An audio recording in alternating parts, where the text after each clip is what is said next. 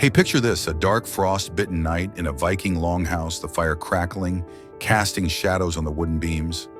The storyteller leans forward, his voice low and rhythmic as he spins a tale of Loki, the trickster god, shape-shifting into a mare. Blood pools beneath him as he gives birth to Sleipnir, an eight-legged horse that gallops across the Norse cosmos, faster than the wind carrying messages between worlds. The crowd in the longhouse doesn't blink. They don't gasp or question why a god can become a mother, can cross the line between male and female, like it's nothing. They nod in awe, their breath visible in the cold air, revering the divine power that bends reality itself. This is the Viking world where gods like Loki and Odin slip through gender boundaries as easily as smoke through a thatched roof, while mortals who dared the same faced a very different fate. Welcome to our deep dive into how Viking society policed masculinity, a system so rigid it shaped not just their world, but echoes in ours today. If that sounds wild, stick around, this story's about to get even crazier. Let's start with the gods, the ultimate rule breakers. In Norse mythology found in texts like the poetic Edda, Loki's not the only one flipping the script. Take Odin, the All-Father, the grizzled warrior king of the gods. He's often depicted with a spear and a raven, all rugged masculinity, right? But sagas tell us he also donned women's robes to practice satyr, a form of magic tied to seeresses, women who channeled mystical forces. Imagine Odin kneeling in the dirt, incense, smoke curling around him, his fingers tracing runes as he chants in rhythms that feel well feminine. The Vikings didn't bat an eye. For gods, this wasn't weakness, it was power, a flex of divine privilege that let them transcend human limits. Now you might be thinking, wait, that sounds kind of like Loki in the Marvel movies. And you're not wrong. American audiences love Tom Hiddleston's Loki, who shapeshifts and toys with identity, charming us with his fluidity. But here's where it gets juicy in Viking stories. This gender bending was sacred, a sign of divine mastery over chaos. Anthropologist Mircea Eliade might argue it's because gods like Loki and Odin embody the untamed forces of the universe. Chaos, creation, destruction, where rigid categories like male and female didn't apply. Their ability to cross those lines wasn't just accepted, it was celebrated, woven into the sagas, told in smoky halls across Scandinavia. But here's the catch, and it's a big one. This freedom was for gods only. A human man trying to pull an Odin dressing in women's clothes or practicing satyr wouldn't be hailed as a hero. He'd be ostracized, exiled, or worse, branded with terms we'll explore later, words that cut deeper than any sword. A common mistake is thinking Viking myths were a green light for gender fluidity across the board. Nope. These stories were like a velvet rope at a club. Only the VIPs, the gods, got to cross the line. For mortals, stepping over that boundary meant social annihilation, a system designed to keep everyone in their place. So what's the lesson here? Myths reveal a culture's tensions. The Vikings created gods who could break every rule, embodying desires for freedom that humans weren't allowed to chase. It's like they were dreaming out loud through their stories. But the second a mortal tried to live that dream, the hammer came down. And if you think that's just ancient history, think again. Ever notice how we cheer for characters like Loki on screen, but still judge real people for bending gender norms? That double standard started way back, and it's still kicking. If this clash of divine freedom and human control hooks you, hit that subscribe button, because we're just getting started. Next, we'll dive into how the Vikings used silence, not laws, to control behaviors they didn't want to name. Trust me, it's a system as clever as it is brutal. Stay with me and let's unpack how these ancient rules still shape the way we think about masculinity today. The silent code. Why Vikings avoided naming same-sex relationships. Imagine a Viking settlement at dusk, the air thick with the scent of wood smoke and damp earth. Men gather in the great hall, their voices rough with ale and laughter, swapping tales of raids and harvests. But there's something they don't talk about. No one speaks of men loving men, not because they don't know it happens, but because the Viking world had a clever trick they refused to give it a name. No word, no problem, or so they thought. Viking society didn't have a single term for male same-sex relationships. This wasn't an accident or some kind of naive ignorance. It was strategic, a deliberate choice to control behavior by denying it language. Think about it, if you can't name something, you can't defend it, discuss it, or even acknowledge it without stepping into dangerous territory. The Icelandic Gregas laws, written centuries ago, never explicitly banned men from being intimate with each other. Instead, they zeroed in on one specific role, the passive partner, the one who received. Words like arger ergi or sworden, all meaning a man who was sexually used, were slung like spears, stripping away masculine status faster than a blade could cut flesh.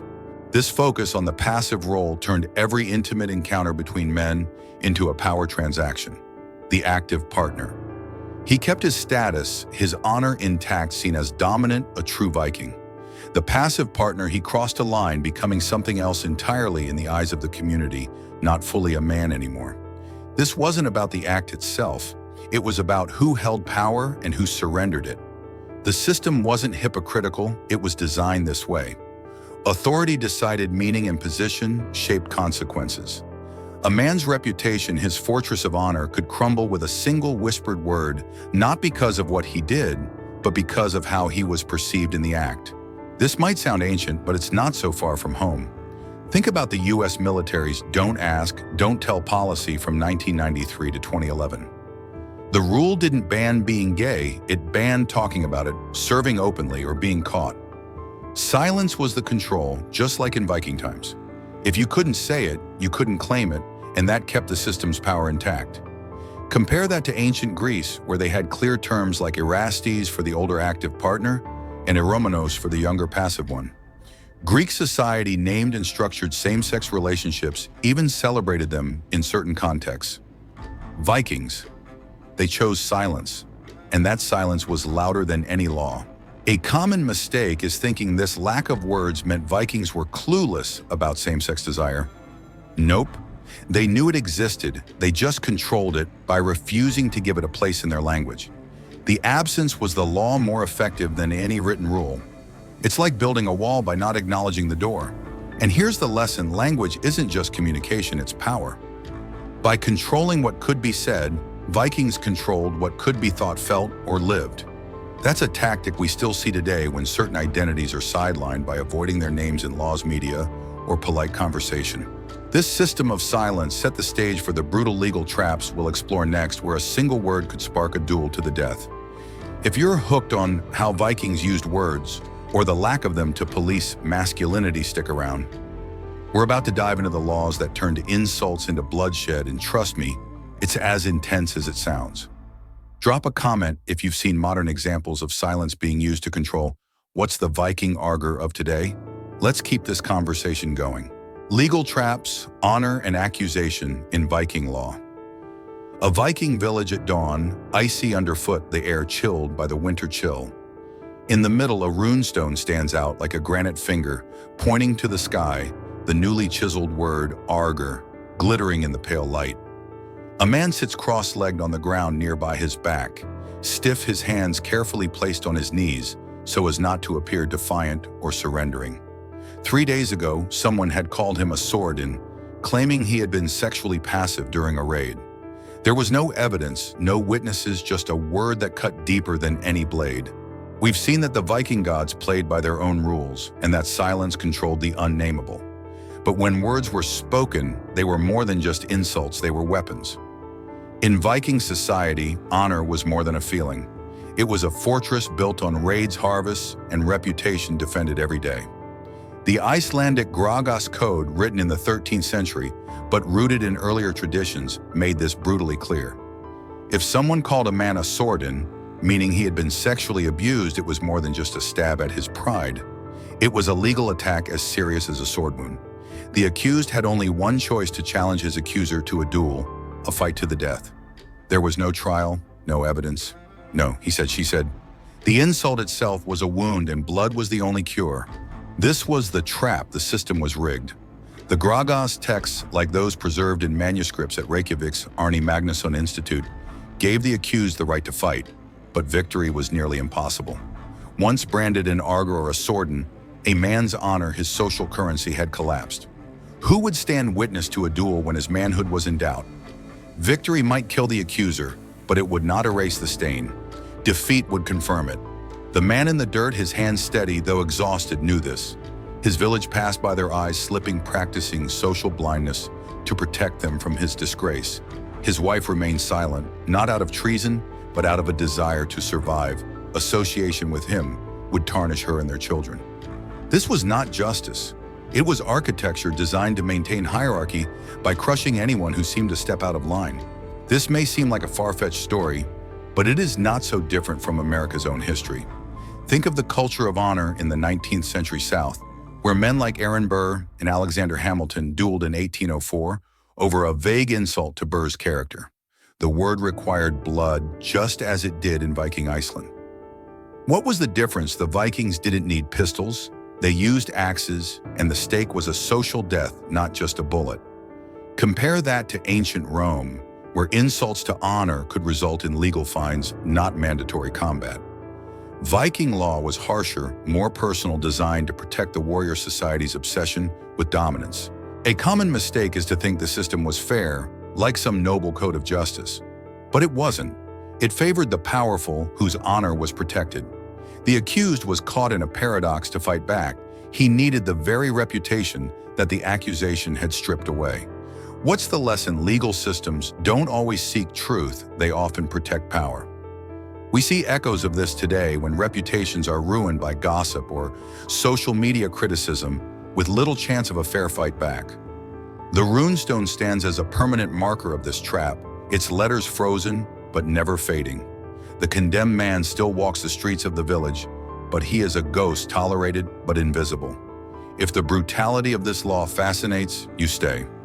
Next, we board a Viking raiding ship to see how the conquest turned humans into living warning signs, using not only swords, but also their bodies to break down resistance. Leave a comment. Have you seen modern systems rig the game like this? Let's continue exploring this thread of control.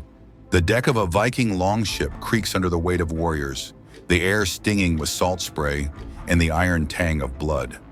A captured chieftain kneels at the ship's center, his once proud cloak torn away, his wrists raw from ropes that bind him not to stop escape but to stage his defeat. Laughter rises from the raiders, not from joy, but from the grim satisfaction of conquest. This isn't just a raid for silver or swords. It's a ritual, a calculated act of power that breaks a man's identity to send a message. Now, we're on the open sea where Viking raids turned into theaters of domination. The chieftain, once a leader of his coastal village, was chosen for this spectacle not by chance, but because his status made his fall more potent. Stripping him bare, forcing him into a submissive posture, the Vikings used sexual violence not for pleasure, but as a weapon to dismantle his masculinity. This wasn't random cruelty, it was strategic, a public lesson in power. As the Heimskringla sagas suggest, raids were as much about psychological control as material gain. By breaking a leader, the Vikings broke the idea of leadership itself, sending a warning to every village along the coast. The ropes on the chieftain's wrists weren't just restraints, they were props in an educational theater. The raiders gathered like an audience watched as his body was positioned to signal defeat, his shallow breaths visible in the frigid air. This was deliberate, a choreography of humiliation designed to echo far beyond the ship. The other captives, forced to witness, carried the lesson back to their villages: resist, and this is what awaits. The raiding captain oversaw it all with the precision of a merchant dividing treasure, treating sexual conquest as another spoil of war, as vital as the silver arm rings stacked in crates nearby. This feels distant, but it's not. Think of modern war crimes like those documented by the UN in 1990s Bosnia, where sexual violence was used to humiliate and control entire communities. The tactic is ancient, but the intent, breaking identity through the body, remains chillingly familiar. Compare this to Roman triumphs, where captives were paraded in chains to show dominance, but sexual violence wasn't a standard tool. Viking raids stood out for their focus on gendered humiliation, turning men into living warnings of what it meant to lose. A common mistake is thinking Viking raids were just about grabbing loot and sailing off. They were laboratories for power-testing ways to crush resistance, not just through death, but through shame. The lesson here is brutal, but clear: power often targets identity, not just bodies. By stripping a man of his masculine status, the Vikings didn't just win a battle. They won the story, ensuring their dominance lingered in every whispered tale. The ship's sails snap as it turns for home, leaving behind a broken chieftain who will carry the weight of that defeat forever. If this glimpse into the dark side of Viking conquest hooks you, stay with us. Next, we'll step into the Great Hall to see how everyday life enforced these same rigid rules without a single sword drawn. The Great Hall glows with firelight, its long wooden benches packed with Viking men, their faces ruddy from ale and the heat of the hearth. The air hums with boasts of battles and hunts, but every laugh, every gesture is measured a careful dance to prove one thing's strength. A man reaches for the ale horn, his movements deliberate, avoiding any softness that might linger too long in another's gaze. In the Great Hall, masculinity was policed without a single law spoken. Here in the heart of Viking society, men learned to perform hardness every day. A gentle touch, a lingering look, or a laugh too warm could hint at weakness, at being rag or effeminate soft, less than a man. The Laxdæla saga, a 13th century Icelandic tale, shows men sitting with measured space between them, their postures rigid, their banter sharp but never tender. Laughter was fine if it mocked a rival, but a smile that suggested affection, that was a risk. Every interaction was a stage, and the audience, other men, watched for any misstep that could unravel a warrior's reputation. This wasn't about laws or raids, it was about survival in plain sight. Men policed themselves, avoiding gestures that might seem receptive rather than dominant. A hand on a shoulder lingered only briefly. Eye contact broke before it could be misread. The Great Hall, warm with the scent of roasted meat and pine smoke, was a pressure cooker of unspoken rules. One wrong move, a voice too soft, a gesture too gentle could spark whispers, and whispers could become accusations. The system didn't need a runestone or a duel to work. It thrived on the weight of every man's gaze, ensuring no one dared step out of line. Sound familiar? Think of modern American bro culture guys at a sports bar joking loudly, slapping backs, but quick to say no. Homo if a moment feels too close. It's the same choreography centuries later, where men dodge vulnerability to prove they're man enough. Contrast that with medieval Japan's samurai culture, where loyalty between warriors sometimes allowed for emotional bonds, even same-sex affection without shame. Vikings had no such space. Their culture prized courage, but choked out connection, leaving men isolated in their own fortresses of honor. A common mistake is thinking Vikings were just stoic, emotionless warriors. They weren't. They felt deeply valued loyalty and told stories of brotherhood in sagas like Njál's saga. But their world punished any sign of softness, forcing men to bury tenderness under bravado. The lesson here is stark social norms shape us below the surface, turning natural human connection into something to fear. We see it today when men hesitate to hug a friend or share feelings, worried it'll make them seem weak. The fire in the Great Hall burned low, but the pressure never faded. Every man carried the weight of those unwritten rules, their shadows long against the walls. If this glimpse into Viking daily life hits home, stick around. Next, we'll explore how women navigated this rigid world, caught in the same web of control. Drop a comment. Have you felt this kind of pressure to act tough in your own life? The morning mist clings to the Viking settlement, curling around the well, where women gather their voices, a soft murmur against the clink of wooden buckets. One woman, her hands calloused from weaving pauses mid-sentence, her eyes flicking to a man sitting alone in the dirt, shunned for a whispered accusation. She turns away, not from cruelty, but from necessity. Her own place in this rigid world depends on keeping her distance. We've explored gods bending gender rules, silence as control accusations, sparking duels, raids breaking men, and great halls policing every gesture. But what about women? They weren't just bystanders in this system. They were bound by it, their lives shaped by the same obsession with masculine honor. In sagas like Njál's saga, women like Hallgerdr wield influence through sharp wit and strategic marriages. But their power comes with a catch. They must navigate a world where a man's reputation could taint their own. The wife of the shunned man's silence, since his disgrace wasn't abandoning him, she was protecting her children's future. Knowing association with his shame could mark them as outsiders. Women were players in the game of honor, but the rules were never theirs to write. Take Freya, the Norse goddess of love and magic, who, like Loki, crossed gender lines in myths, wielding satyr with a fierceness that rivaled Odin's. Mortal women who practiced satyr like the seeresses in Eric's Sagarauda were respected, but feared their power tied to a femininity that men could admire but never imitate. A woman's strength was allowed. Think of the Birka warrior grave discovered in Sweden, where a high-status woman was buried with weapons challenging our idea of Viking gender roles. But her status didn't mean freedom. Women could be warriors or seers, but they still had to tread carefully their actions, judged through the lens of male honor. A misstep, like standing by a disgraced husband, could unravel their social standing as swiftly as a man's. This hits close to home. Think of women in modern American workplaces like in tech or politics, where they're often pushed to act tough to fit into male-dominated spaces, yet judged harshly for stepping too far outside feminine norms. A 2020 study from Pew Research showed women in STEM face pressure to prove themselves constantly, much like Viking women, balancing influence and expectation. Compare that to medieval Celtic women, who in texts like the Tyne Bo Coinge could own property and fight with more legal autonomy than Viking women. The Viking system was stricter, tying women's worth to the men around them, whether husbands, fathers, or sons. A common mistake is thinking Viking women were powerless, mere shadows in a man's world. They weren't.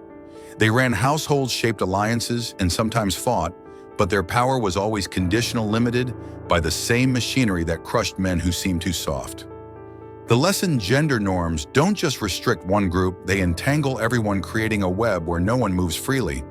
We see it today when women are judged for being too emotional or too aggressive, caught in a double bind, not so different from that Viking wife's silence. The mist lifts, but the weight of those unspoken rules lingers heavy as the buckets the women carry back to their homes. If this glimpse into the Viking world's hidden players hooks you, stay with. Sunlight pierces through leaded glass, casting jagged patterns on the cold stone floor of a Scandinavian monastery. A man kneels, his back raw with fresh wounds, the air thick with the scent of incense and the faint metallic tang of blood. Monks stand silently, watching their robes rustling as the leather whip delivers a carefully measured lesson. This is no longer the Viking longhouse. It is a new world reshaped by the Christian cross. Yet old rules of masculinity persist, cloaked in new vocabulary. As Christianity spread across Scandinavia in the 10th and 11th centuries, led by kings like Olaf Tryggvason, the Norse world was transformed. Old terms, arger, ergi, faded, replaced by Christian words like sodomite or abomination. Shame became sin, a crime against cosmic order, not just village honor. While Viking law allowed a man to fight his accuser, Christian doctrine demanded confession and repentance, often through pain. The Penitential of Theodore, a 7th century text shaping early Scandinavian churches, prescribed flogging for sexual sins, turning the body into a canvas for divine correction. This was not a softer system, sharper, more efficient. Viking law punished the passive partner in male encounters, leaving the dominant one free. Christianity cared not who was on top. Both were guilty, both needed cleansing. The monastery bells toll, marking times sanctified by suffering as the man's scars become a sermon, warning others to conform. Stakes are no longer just social death. They are eternal damnation. The system didn't change its aim, controlling masculinity, only its language and tools, trading blood feuds for spiritual oversight. This echoes in America. Consider sodomy laws that persisted in the US until 2003, rooted in the same Christian framework, deeming certain acts unnatural. Those laws, struck down in Lawrence versus Texas, mirrored the monastery's lash-controlling bodies through sin. Compare this to medieval Islamic courts, where, per historian Khalid El-Ruwayheb, same-sex desire was often tolerated if discreet, less focused on blanket condemnation. Christianity's innovation was total surveillance, turning every man's soul into a battlefield for divine order. A common mistake is thinking Christianity tamed Viking brutality. It didn't. It refined control, wrapping it in scripture. The lesson systems evolved their words but not their aims, keeping rigid boundaries around masculinity. We see it today when moral language, religious or not, judges those who don't fit the mold. The pain of the lash has faded, but the system's shadow lingers, permanent as beeswax from altar candles frozen in the cold air. If this shift from pagan sword to Christian penance intrigues you, follow us. Next, we'll explore how these ancient rules echo in modern life, from playgrounds to boardrooms. Drop a comment. Have you seen moral or religious language used to control today? Let's keep digging into this. The fluorescent hum of a high school locker room buzzes sneakers, squeaking on polished floors, as a group of teenage boys trade jabs and laughter. One hesitates, his smile too soft, his posture too open, and the air shifts a quick barb. "Don't be soft, man," lands like a Viking's whispered argur. The sting isn't a whip or a rune stone, but it's just as sharp, cutting through confidence in an instant. Today, the architecture of Viking masculinity lives on not in longhouses or monasteries, but in playgrounds, boardrooms, and social media feeds. The old terms RGR sodomite faded into history, replaced by modern slurs like weak or soy boy, flung across X posts or locker room banter. The 2019 American Psychological Association guidelines on men and boys called it toxic masculinity, pointing to pressures that demand men be dominant, stoic, never vulnerable. Sound familiar? It's the same obsession with hardness that kept Viking men on edge. Take action movies, a staple of American culture. Heroes like John Wick or Jason Bourne are celebrated for their unyielding strength, mowing down enemies without a flicker of softness. A character who shows too much emotion, he's sidelined, mocked, or killed off. Or look at social media, where a 2023 X thread went viral for slamming a celebrity's unmanly outfit, echoes of a runestone's branding, just digital. These aren't accidents. They're the system at work, policing masculinity through ridicule and rejection, just as Vikings did with whispers and duels. The tools have changed, but the goal hasn't. Keep men in line, ensure no one steps outside the box. This isn't just an American thing. Compare it to modern Japan, where salaryman culture often demands stoicism, but public displays of male affection like friends holding hands are less stigmatized than in the US. Here, a guy hugging a buddy too long risks a side eye, a modern version of the Great Hall's watchful gaze. A common mistake is thinking we've outgrown these ancient norms, that we're progressive now. Nope. Progress exists. Think legal protections, like the 2020 Bostock versus Clayton County ruling, which banned workplace discrimination based on gender identity. But old fears linger, baked into casual insults, workplace expectations, even family dinners where man up is still a command. The lesson is clear. History isn't past, it's present, operating in the shadows of our daily lives. The Viking system didn't need swords or whips to survive. It just needed habits, words, and silence to keep policing masculinity. We're not so different, carrying those same scars in how we judge, mock, or stay quiet. The locker room falls silent, the boy's smile fades, and the system hums on, unnoticed but unbreakable. If this modern echo of Viking control hits you, stick around. Next, we'll explore how some fought back from Viking outlaws to today's rebels, breaking the cycle of rigid norms. Drop a comment. Have you seen these pressures in your own life? Maybe a moment you felt forced to act tough. Let's keep this conversation rolling. A fire crackles in the outlaws' camp, hidden deep in Iceland's jagged hills, where Grettir the Strong sharpens his blade under a starlit sky. His laugh is too loud, his gestures too free, defying the Viking code that brands him ragger for his untamed spirit. Exiled for his defiance, he lives beyond the settlement's rules, a shadow moving against the system's weight. We've seen gods flaunt freedom, silence stifle desire, accusations spark bloodshed raids, break men halls, police gestures, women navigate traps. Christianity rebrands shame, and modern life echo those ancient rules. But even in the Viking world, some push back. Grettir Asmundarson, the hero of Grettir's saga, was no saint. He was a brawler, a poet, an outlaw who defied the rigid masculinity of his time. His refusal to bow to social norms, even at the cost of exile, made him a legend, a man who lived outside the Great Hall's watchful eyes. Skalds, the Viking poets, also bent the rules, weaving tales that sometimes hinted at forbidden desires, their words a quiet rebellion against the system's silence. This wasn't just a Viking thing. Compare it to medieval Europe's troubadours, who sang of courtly love that often blurred gender roles, challenging knightly stoicism with emotional verse. Viking resistance was riskier. Grettir's defiance led to a lonely death, but his story inspired others to question the rules. Fast forward to today, and we see echoes in figures like Harry Styles, who wears dresses on magazine covers, defying American pop culture's tough guy mold. The Me Too movement, starting in 2017, also shifted the conversation, calling out toxic masculinity and giving men space to reject man-up demands. A 2022 Pew Research study showed younger Americans, especially Gen Z, increasingly embrace gender fluidity, challenging the Viking-era obsession with hardness. A common mistake is thinking resistance is new, a modern invention. Nope, people like Greta were fighting these battles centuries ago, paying steep prices for it. The lesson change starts with those brave enough to step outside the lines, whether in a Viking camp or a modern spotlight. Their defiance plants seeds, even if they don't live to see the harvest. Today, every post on X calling out a toxic trope, every man who shares vulnerability without shame, carries Greta's torch, proving the system isn't unbreakable. The fire in the outlaws' camp burns low, but its sparks linger, lighting paths for those who dare to walk them. If this story of resistance inspires you, stick around. Next, we'll wrap up with a call to reflect on how these ancient threads still shape us and how we can shape what comes next. The screen flickers a montage of Viking longships slicing through icy waves, runestones glowing in dawn's light, and modern locker rooms buzzing with unspoken rules. The echoes of a 1,000-year-old system hum beneath it all, a rhythm as steady as a heartbeat in the dark. We've journeyed far from the Norse gods' wild freedom to the modern world's subtle pressures, and now it's time to pause and look around.